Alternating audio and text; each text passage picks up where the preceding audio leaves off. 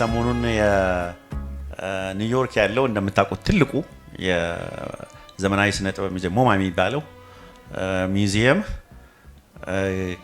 ከዚህ በፊት ሁለት ጊዜ በፓሪስም በቤልጂየም በትልልቅ ሙዚየምና ጋለሪዎች ውስጥ የታየ በጣም የተወደደና እሱም ብዙ ጊዜ በሚጽፋቸው ደብዳቤዎች ውስጥ የሚጠቅሰው ጎልጎታ የሚለው ስዕሉ ሰሞኑን ወደ ኒውዮርክ እንደገና በብዙ ኢንሹራንስ እና በብዙ ጥበቃ ወደዛ ሊሄድ ነው። እዚያ አካባቢ እንኳን የሚማሩ ብቅ ብለው አያዩትም እና እስቲ እንደዚህ እንደ ታቦት እንደ ጥዋ እናውጣውና እስቲ ምንድነው ዓለምን ያስወደደው ዓለም ትልልቅ ገንዘብ እየፈረመ የሚወስደውና የሚያሳየውን እዚህ በነፃ ተቀምጠው ሰው ለምን አያየውም? እንዳልኩት ያው የቃል ሰዎች ነን፣ የምስል ሰዎች ብዛም አይደለንም በተለያየ ምክንያት። ግን ያው ይለመዳል፣ ዘመኑ ሲለዋወጥ እየተሻሻለ ይመጣል ብለን ተስፋ እናደርጋለን። ጎልጎታ በፈረንጅ በ63 የተሰራ ስዕሉ ነው። እስቲ እዩትና ስለ ግጥም የኛ ሰው መቼም እህል ከማበራየት ጀምሮ ቀብር እስከ መፈጸም ድረስ በግጥም ነው የኛ ኑሮ እና ገጣሚ ነው የኛ ሰው። ግጥምም ይጽፋል፣ ይሰማል፣ ይፈላሰፋል። እስቲ የሚታይ ነገር ደግሞ በአይናችን ደግሞ ለመናገር እስቲ የሚመስላችሁን ነገር እንዳልኳችሁ የነ ማንም ሃይራርኪ የለም እዚህ ሁሉ ገብረ ክርስቶስ የሁሉ ነው። እስቲ ከደስታ ጀምራለሁ። አሁንም ሌሎቻችሁ እስከዛ ተዘጋጁ። ይሄ ስዕል ምን መስሎ ይታያል? አይታችሁታል፣ እርግጠኛ ነኝ በሚዲያም በህትመትም አይታችሁታል።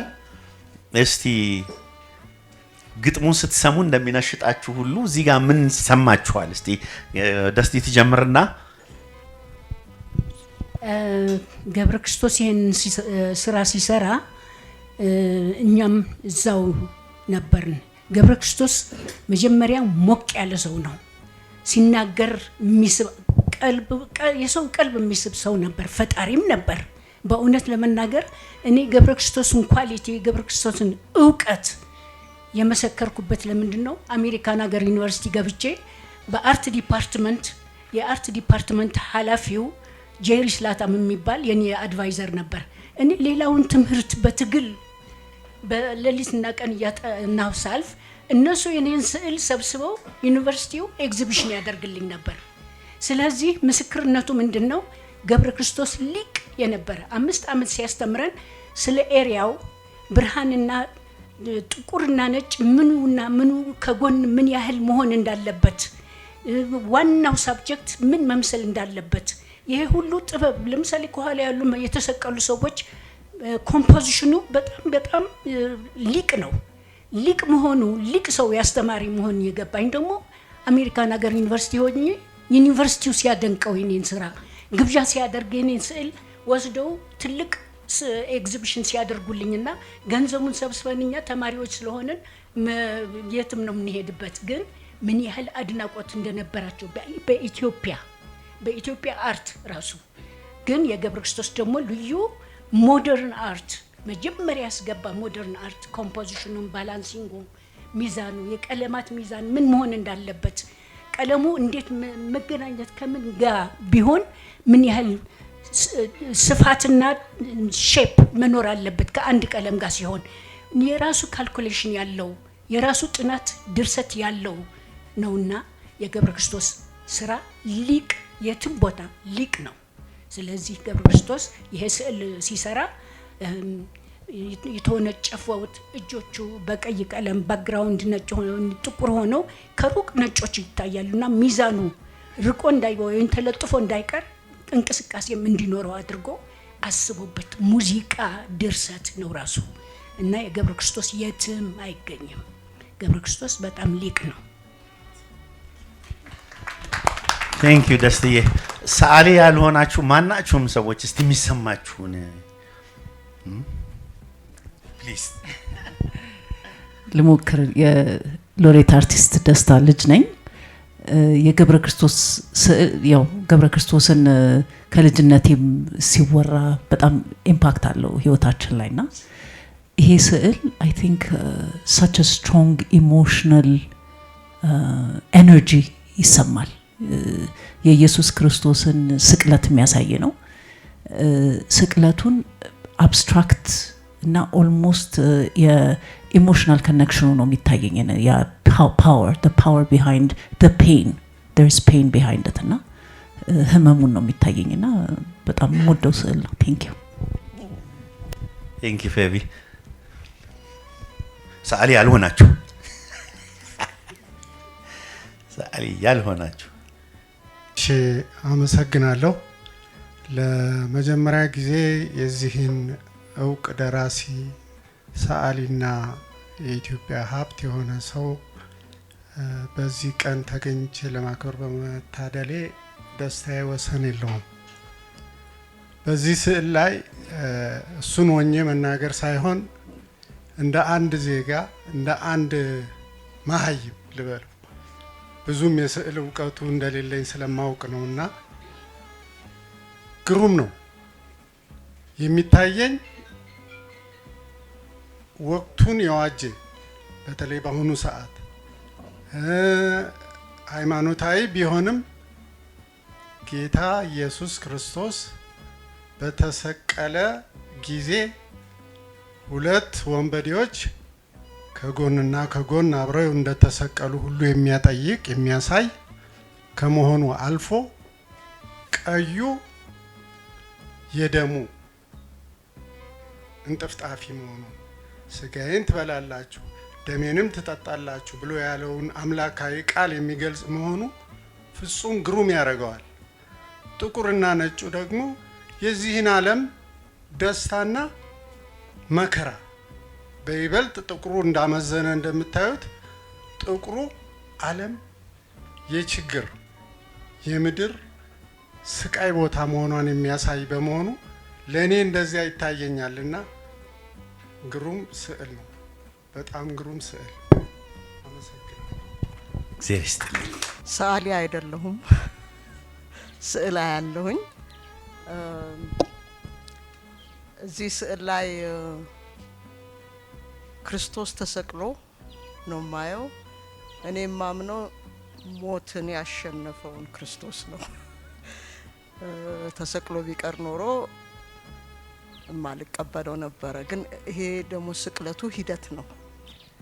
እዚህ ስዕል ላይ እኔ የማደንቀው ነገር ምንድነው? ቀይ ነው፣ ደም ነው። የሰው ቀለም የለበትም። ነጭ አይደለም፣ ጥቁር አይደለም፣ ቢጫ አይደለም። ለሁሉ ሰው የሞተውን ክርስቶስን ያሳየኛል። ምክንያቱም የሁላችን ደም ቀይ በመሆኑ ይሄ ነው። እኔም ሰዓሊ አይደለሁም።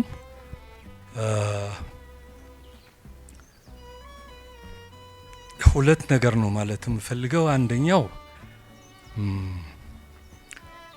ኢየሱስ ነጭ ነው ወይስ ጥቁር የሚል ጥያቄ አለ። ይህ ስዕል ግን መልሱን ሰጥቶናል። ኢየሱስ የመጣው ከየትም የዘር ክፍል ማንንም ወክሎ እንዳልሆነና ተልኮ ይህ በምስሉ ላይ የምናየው ደሙ መሆኑን ነው። ሌላው ነገር ኢየሱስ ለሐዋርያቱ በሚያስተምራቸው ጊዜ ስለመሞቱ ሲነግራቸው ጴጥሮስ ጌታ ሆይ ይህ ነገር ካንተ ይራቅ ብሎ ነበር። ያን ጊዜ ኢየሱስ ሂድ አንተ ሰይጣን ያለው።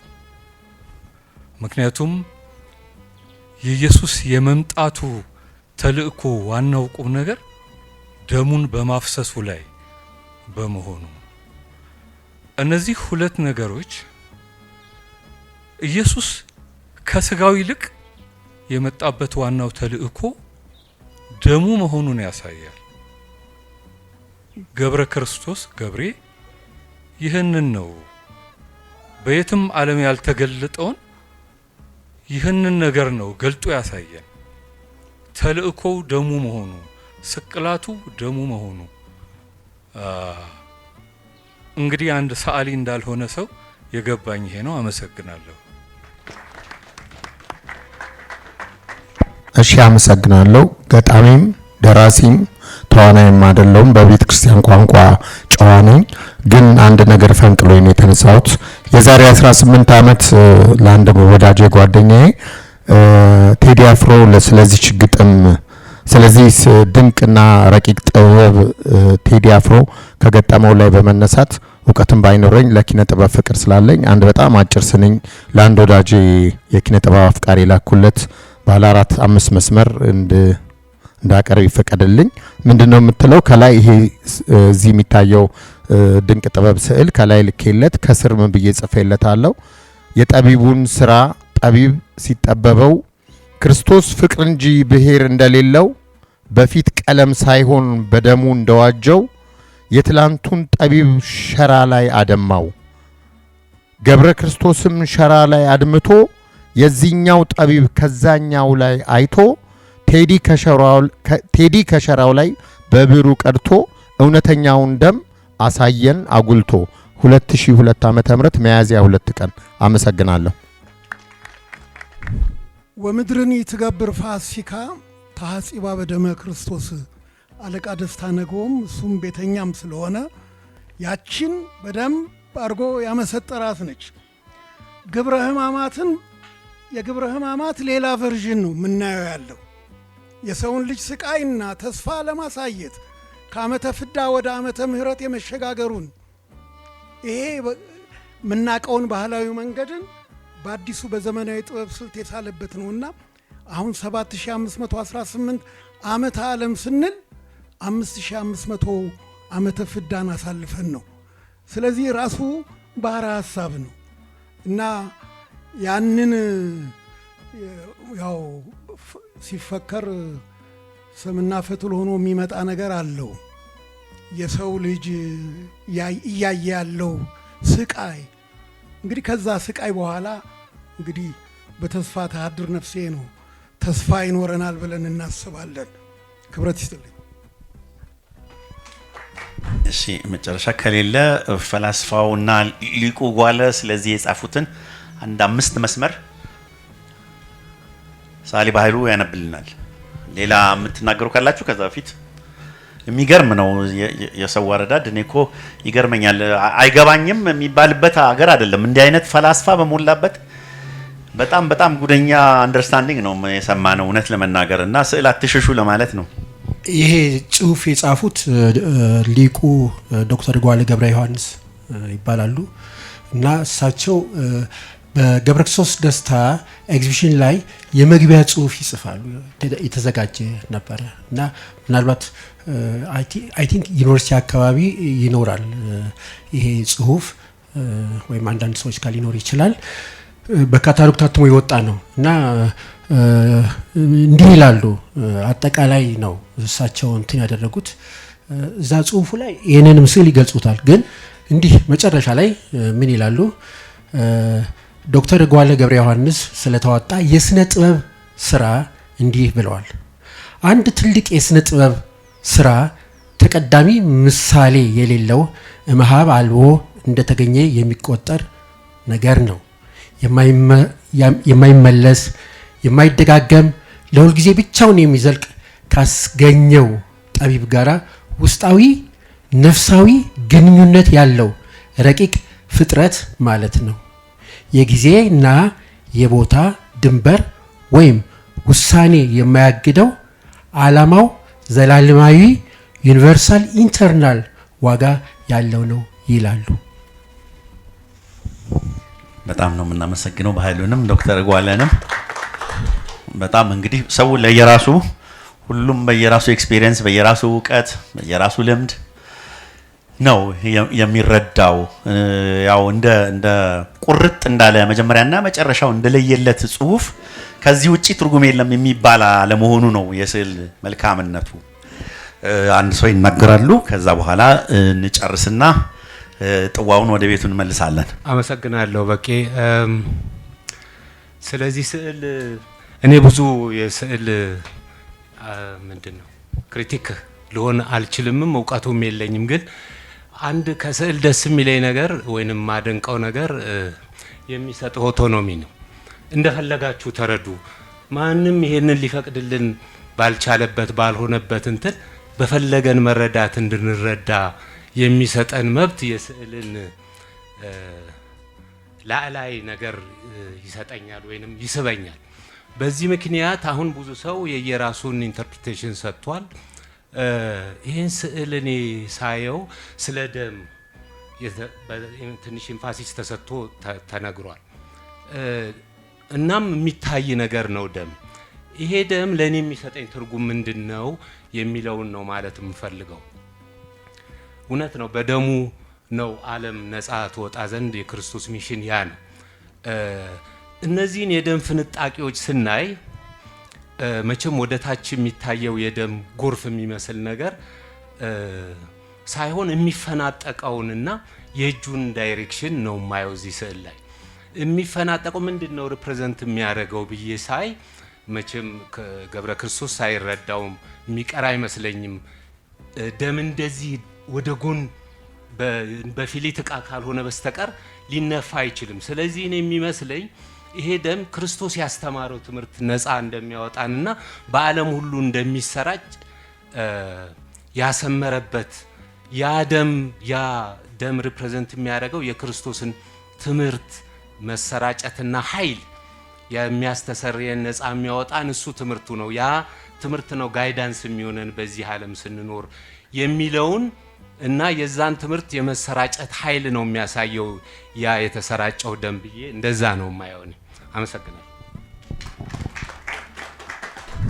የታየኝ ሁለት ነገር ነው። እኔ አንደኛ ጂጂ እና ቴዲ የአድዋን ሙዚቃ የአድዋን ታሪክ በአንድ ሙዚቃ ሲገልጹት ሙሉ ታሪኩን ነበር የገለጹልንና ስነ ስቅለቱንም ወይም ደግሞ የክርስቶስን መምጣት የመጣበትን ምክንያት ምን ነበር ለምን ነበር የሚለውን በአንድ ሸራ ላይ የገለጸ እንደሆነ የታየኝ እኔ በደሙ የዋጀው የኛን ሰላም እንደሆነ በአንድ ሸራ ላይ አሳይቶናል። ሙሉ ታሪኩን እንዳየነው ነው የታየኝ እኔ። ከዛ ሁለተኛ ደግሞ ቅድም እዛ ከክልሉ በኩል እንደተነሳው በሁላችንም እኩል ነን የሚለውን አሁን እኛ የዘንድሮ ሰዎች ወይም ደግሞ የሆነ በማህበራዊ ድረገጽ የሚንጫጩት ሰዎች እንዳለ በብሔር ምናምን የሚለው ነገር ሁሉ የለም። በቃ አንድ ነን፣ የሚያገናኘን ደም ነው፣ ደማችን ተመሳሳይ ነው፣ ቆዳችን የለም። ስለዚህ ሁላችንም አንድ ነው የሚለውን ሊያሳየን እንደሞከረን የታየኝና ሁለት ሀሳብ ተሰምቶኛል። በጣም ቆንጆ። አንድ ሴትዮ የዘፈነችው ዘፈን አለ እና እሱን ልበልላችሁ። And Jesus was a sailor while he walked upon the water, and he spent a long time watching from his lonely wooden tower. And when he knew for certain all drowning men are በቀላሉ ማንም አይተርፍም ነው የሚለው። ይቅርታ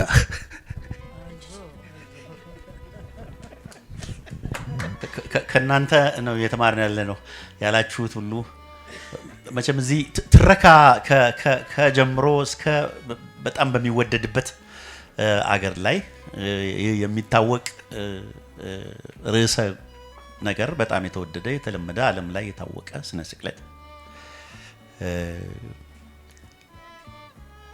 አንድ ቀለም ነው። ልብስ የለም፣ ጥለት የለም፣ ስጋ የለም፣ ጥንት የለም፣ ምንም ዝርዝር ትረካ የለም። በአማርኛ ጨዋታ ሲያሳጥሩ እንደሚባለው ወደ ገደለው ሰንትራል ጉዳዩ ያለምንም ተረትና ተታ እና ተምሳሌት ይሆናል። ከክርስቶስም አልፎ የመስዋዕትነት ተምሳሌት፣ በቴክኒኩ ደግሞ ሌላ ያን በአንዲት ቀለም ሞኖክሮም እንለዋለን። በአንዲት ቀለም የብዙ ቀለሞች ንግግር፣ በአንዲት ፎርም የብዙ ፎርሞች ንግግር፣ በአንዲት ርዕሰ ጉዳይ የብዙ ርዕሰ ጉዳዮች ተምሳሌት።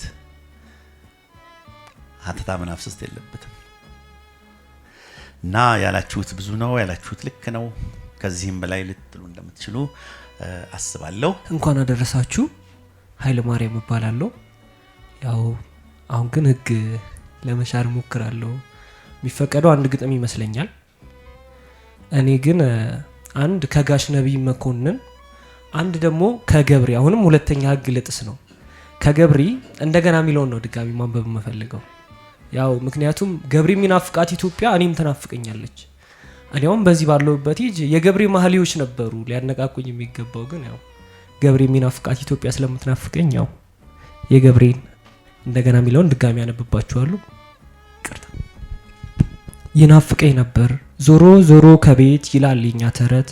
አቧራው ፀሐዩ ይናፍቀኝ ነበር፣ አፈሩ ጠጠሩ ይናፍቀኝ ነበር፣ የመንደር ጭስማታ ይናፍቀኝ ነበር፣ የሳር ቤት ጥቀርሻው መደቡ ምሰሶ ማገሩ ግድግዳው አጥሩና ጥሻው የፈራረሰ ካብ ቀጭን ጠባብ መንገድ በመንደር የሚሮጥ ቅጠል የሸፈነው ሳር ያለባበሰው እነዚህ ይናፍቁኝ ነበር። የተቆላ ቡና የሚወቀጥ ቡና የጎረቤት ቡና አቦል ሁለተኛ የተረጨ ቆሎ የሚያርቅ መጋኛ የሚጨሰው እጣን እንጀራ በመሶብ ወጥ የፈዘሰበት ያገልግል እንጀራ የሚቧጠጥ ፍትፍት የክክ ወጥ ሽሮ የስጋ የዶሮ ይናፍቀኝ ነበር። ቅራሪ ጉሽጠላ ይናፍቀኝ ነበር። ፊልተር ዞማ ኮላ የሀገራችን ድግስ ከበሮ ጭፈራው ዘላዩ እስክስታው ስካሩ ሁካታው ትርክምክሙ ነበር።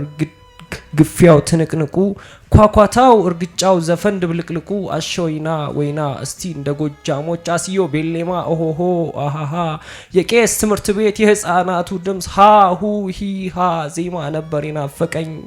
የጽጌ ጭፈራ ነበር ይናፈቀኝ። ከበሮ ጸናጽል ሆሳና ጥምቀት ፋሲካ ገና ሁዳዴና ስግደት ቡሄ ሆያ ሆዬ የእስላሞች አረፋ የጋላ ሸጎዬ የቁልቢ ገብርኤል ልደታ ፍልሰታ እንቁጣጣሽ ነበር መስከረም ሲጠባ አውቆ የበቀለ ወፍ ዘራሽ አበባ ለምለም አረንጓዴ ያልተጠበቀ መስክ ከብት የሚግጥበት የደመና ግላጭ የሚጫወትበት ሌላም ብዙ ነበር። ሌላም ደግሞ ሌላ የሀገሬ ሰው ነበር እኔን ይናፈቀኝ። ጠይም ቆዳ ነበር እኔን ይናፈቀኝ። ቀይ ዳማ ነበረ ጥቁር ቆዳ ነበር። ጉርጫጭ ከርዳርዳ ዞማ ጠጉር ነበር። የሀገራችን ቋንቋ የሀገሬ ሙዚቃ የሀገራችን ዜማ ጥበብ እጀ ጠባብ የሀገራችን ሸማ ነበረ ናፍቆቴ ለሁሉም ለሁሉ ለሸዋ ለወሎ ለትግራይ በጌምር ለጎጃም ወለጋ አሩሲ ኢሉባቡር ኤርትራ ገሙ ጎፋ ለሲዳሞ ከፋ ለሁሉም ለሁሉ ነበረ ናፍቆቴ። አለብኝ ትዝታ ዘመዶቼ ሳሙኝ ጓደኞቼ ጋብዙኝ ሊስትሮ ጨብጠኝ ባለጋሪ ንዳ መንደሩን አሳየኝ ያገሬ ልጅ ቆንጆ ቤት ለእንግዳ በይኝ። አለብኝ ትዝታ አዲስ አበባ ላይ ነበረ ናፍቆቴ መናገሻ ነበር እንጦጦ ነበረ ኤረር ጋራ ነበር ዝቋላ ነበር ጃን ሜዳ ነበረ ኮተቤ ነበረ ገፈርሳ ነበረ ጉለሌ ነበረ አዲሱ ከተማ መርካቶ ዲጂኖ ችምችም ያለው መንደር የከተማውን ብርት ደጃችሁ ቤት ሰፈር የቸርችል ጎዳና የባቡሩ ጣቢያ ቢሾፍቱ ነበረ ናዝሬት ሞጆ አዋሽ ድሬዳዋ ነበር አለም ማያ ነበር ሀረርጌ ነበር የተወለድኩበት እናትና አባቴን ጥዬ ሄድኩበት የሚካኤል ጓሮ ሀረርጌ ነበረ ዞሮ ዞሮ ከቤት እኔን አገሬ ነበረ እኔን ናፈቀኝ ኢትዮጵያ ነበረች እኔን ናፈቀኝ። አሁንም ኢትዮጵያ ተናፍቀኛለች እቺ ገብሬ ሚላት ኢትዮጵያ። ገብሬ ገብረ ክርስቶስ አንተ የጧት የኪነት ዋስ ያስእልህ ምስለ ህይወት ንጥረ ምጥቀት የሞላበት ስንቴ ማረስ ያሻን ይሆን አንተም መሰል ሰው ለማፍራት ስንቴ መጮህ ያሻን ይሆን አንተም መሰል ሰው ለመጥራት ገብሬ ብሩሽህ ሰንደቅ ካልሆነን ቀለምህ ብርሃን ካልሆነን ዱካህን ካልተከተልን ስራህን ካልሰበሰብን በዝና ንግድ ከከፈትን በስምህ እንታወካል ቀርተሃልና ለፈሬ እጅህ ጣለና ገብሬ የክፉ ዘመን ሀቅ ወሬ አረጉድ ሳልነግርህ ገብሬ አንድ ድሃ ሰዓሊ አሉ ስዕሉ አልሸጥ ያለው ይለብሰው ልብስ እንኳን አቶ ብርዱ ቢፈደፍደው ስዕሉን ሰብስቦ አንድዶ ዳር ሆኖ ሳቱን ሞቀው ካብራኩ የወጣ ጽንሱን እንደ ልጅ የሚያየው ቅርሱን የነፍሱን ህመም ማግዶ ሌት ተቀን የጣረበትን የሞቀው ቀለሙን አንድዶ ግድግዳ ከሚሞቅ ታዝሎ ወደ አካሌ ይዝለቅ ብሎ ቢቸግረው እጅ ቢያጥረው ወደ መጣበት መለሰው። መጥኔ የኛስ የጉር ጥንስስ እምንሞቀው የሌለን ቢያነዱት እርጥብ ቅብ ይዘን እግዚኦ ለትቢታችን ለአደባባይ ደመራችን ነዶ ሙቀት ለማይሆን ስዕልህ ክቡር ነው ገብሬ ረቆ በስሎ የሚታይ እንጂ ደርሶ የማይበላ ፍሬ ባይን ብቻ የሚያጠግብ የቀለማት ምጥን ኩሬ እንደ ስለት ክቡር እቃ ከግምጃ ቤት ሚኖር ዝካሬ ሙያህም ነገህም ገብሬ እንዳንተው ሩቅ በራሪ እንዳንተው ስደተኛ ነው ባህር ማዶ ተሻጋሪ አደህይቶን አገር ዟሪ ዋ ገብሬ ባየሆማ የዛሬ ፈልጣችንን የተጋጣጥን ትግጠን ቀን ሲሞቅ እየተቃቀብን ቀን ሲያመን እየተናከስን ሰው ሳይጠራው ስማችንን ከሰው በላይ ጮኸን ጠርተን የሆነው አልሆነ እያልን ያልሆነው ሆኗል እያልን ከማንነት በላይ ገነን ተካክበን በቲፎዞ እኛ ፉዞ ስሉ ፉዞ በጉርሻ ጥጋብ ወፍረን በቁንጣን ጠበን ተጣበን ይህንን ኑሮ ብለን ጉርሻ ሲያስጨንቅ ነው ሲሉ ለካ ይሄ ኖሯል ባህሉ ገብሬ ገብረ ክርስቶስ ርኅሩህ ስዕል ደግ ለጋስ የልባሞች እሳት መንፈስ ሰው ያላ አጠገባችን ቅንነቱን ማየት ሲያመን ከኛው አብሮ በህይወት ቆሞ መልካም ስሙን መጥራት ሲያንቀን ሰው ካልሞተ ሰው ካልሄደ አይነሳም እንላለን እንዲህ እያል አበባውን ቀጥፈን ጥለን አበባ እናስቀምጣለን በጣም ነው ማመሰግነው እዚህ ጋር ጋሽ ነብይ አበባውን ቀጥፈን ጥለን አበባ እናስቀምጣለን ይላልና በቅርብ አንድ ወጣት ደራሲ ይስሐቅ አብርሃም የሚባል ጎበዝ ልጅ ካፌ ጎልጎታ የሚል መጽሐፍ አውጥቷልና እዛ ላይ አበባው ገብረ ክርስቶስ ብሎታል ያው ገብረ ክርስቶስ ለኛ ከአበባችን በላይ ነው እግዚአብሔር ይስጥልኝ በጣም እናመሰግናለን ማርያም ብዙ ጊዜ የገብረ ክርስቶስ ደስታ ሀገሬ የሚለው ግጥም ለምን እንደሆነ አላውቅም ተዋናዮቹ እና ወንዶቹ ብቻ ነበረ ሲያነቡት ሰምቼ ማቀው ገጥሞኝ ያውቅ ከዛ ፍካት የስነ ጽሁፍ ክበብ ላይ ጠሩኝና እኔን የጋበዙኝ የራሴን ግጥም እንዳነብ ነበረ እኔ የራሴን አንዲት መስመር እንኳን በቃል አላውቅም የገብረ ክርስቶስን ግን ወይ ከወገባቸው በታች የሚሆን በላይ የሆነ ቦታውን አንዳንዶቹን ደግሞ በደንብ አነባቸዋለሁና እስቲ ሀገሬን ልሞክር ከይቅርታ ጋር ብያቸው ያኔ ሀገሬን አነበብኩ ከዛ ዛሬ ልደግመው ነው ማለት ነው ሀገሬ ኮሎኝ በጀርመን ሀገር አገሬ ውበት ነው ለምለምና ንፋስ የሚጫወትበት ፀሐይ የሞላበት ቀለም የሞላበት አገሬ ቆላ ነው ደጋ ወይና ደጋ እዚያ ብርሃን አለ ለሊቱ ሲነጋ አገሬ ተራራ ሸለቆ ረባዳ አገሬ ጅረት ነው ገደልና ሜዳ ውሸት ነው በበጋ ፀሐይ አትፋጅም ክረምቱም አይበርድም አይበርድም አይበርድም አገሬ ጫካ ነው እንስሳት አራዊት የሚፈነጩበት በወጥመድ ሳይገቡ ሳይነካቸው ጠላት እዚያ ያለ ነፃነት በሀገር መመካት በተወላጅነት በባለቤትነት እዚያ ያለ ነፃነት አገሬ ሀብት ነው ጎመኑ ስብጮማ ቆሎ ክትፎ ስጋ ድርቆሹ ፍትፍት ነው ቃሪያው ሙክት ሰንጋ ጠጁ ነው ወለላ ከከኛክ ይነጥቃል የመንደሩ ጠላ እህሉ ጣዕም አለው እንጀራው ያጠግባል በዓሉ ይደምቃል ሙዚቃው ያረካል ጭፈራው ዘፈኑ ችግርን ያስረሳል እዚያ ያለ ዘመድ ሁሉም የእናት ልጅ ነው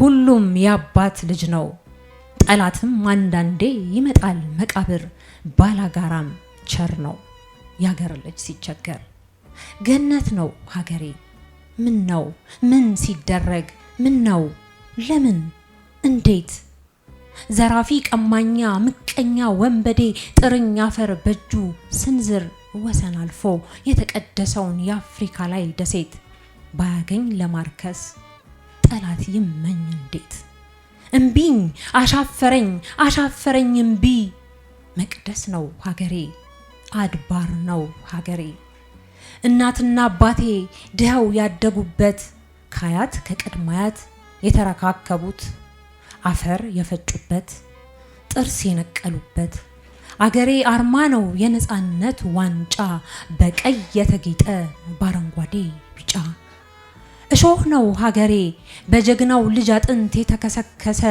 ጠላት ያሳፈረ አጥቂን የመለሰ ሀገሬ ታቦት ነው መቅደስ የሃይማኖት ዘመን የፈተነው በጠበል በጸሎት ለምለም ነው ሀገሬ ውበት ነው ሀገሬ ገነት ነው ሀገሬ ብሞት ሄዳለው ከመሬት ብገባ እዚያ ነው አፈሩ የማማ ያባባ ስሳብ ሄዳለው ቢሰበርም እግሬ አለብኝ ቀጠሮ ከትውልድ ሀገሬ አለብኝ ቀጠሮ ከትውልድ ሀገሬ ካሳደገኝ ጓሮ ይላል ገብሬ። አመሰግናለሁ። Thank you.